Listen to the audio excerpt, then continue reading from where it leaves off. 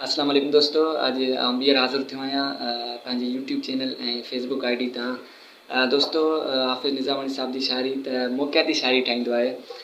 हिकु दफ़ा मतारो hotel staff आहे जेको ज़िले बदीन में गोलाटसी खां अॻियां, उते हाफ़िज़ साहब गुज़रियो पए त ॾिठईं हिकिड़ियूं ॿ नंढड़ियूं जेके आहिनि छोकिरियूं, उहे धिके ते काठ कुटे ऐं काठ कपे करे पंहिंजो गुज़ारो कनि पियूं, काठ विकिणनि पियूं।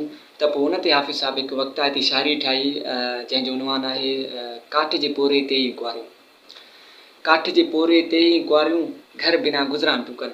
उन्हनि औरतुनि खे ॾिसी नंढड़ियूं औरतूं हुयूं, उन्हनि ते शाइरी हुयसि, काठ जे पोरे ते ई कुआरियूं घर बिना गुज़रान पियूं कनि, हथ में हथोड़ो हाल इहो हर कंहिंखे ॾिस हैरान पियूं कनि। काठ जे पोरे ते ई कुआरियूं घर बिना गुज़रान पियूं कनि। राति जो पहिरो पाण ते ॾियनि, राति जो पहिरो पाण ते ॾियनि, ॾींहं जो हेॾा ॾुख ॾिसनि, वीचारियुनि जो वात बंदि हो कंहिंखां पंहिंजो वेर वठनि।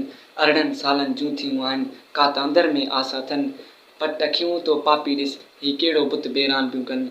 काठ जे पोरे ते ई कुआरियूं घर बिना गुज़रान पियूं कनि। पेट जे ख़ातिर पट ते वेठियूं ॾींहं तते तपे तबे ॾाख कटे, पेट जे ख़ातिर पट ते वेठियूं ॾींहं तते तपे तबे ॾाख कटिन। सिज लथे जो सांझण खां पोइ साणियूं थी थियूं साह पटिन, सिज लथे जो सांझण खां पोइ साणियूं थी थियूं साह पटिन। महीने खां पोइ माठ मीठ में पंहिंजे मुथियूं मेट मकिन, ईंदनि वींदनि जेतियूं अख में मोयो कई मस्तान पियूं कनि, ईंदनि वींदनि जेतियूं अख में मोयो कई मस्तान पियूं कनि। काठ जे पोरे ते ई कुआरियूं घर बिना गुज़रान पियूं कनि, हथ में हथोड़ो हाल इहो हर कंहिंखे ॾिस हैरान पियूं कनि। रोड जे पासे में ई राणियूं मुखेर वारे पाण रुनियूं, रोड जे पासे में ई राणियूं मुखेर वारे पाण रुनियूं।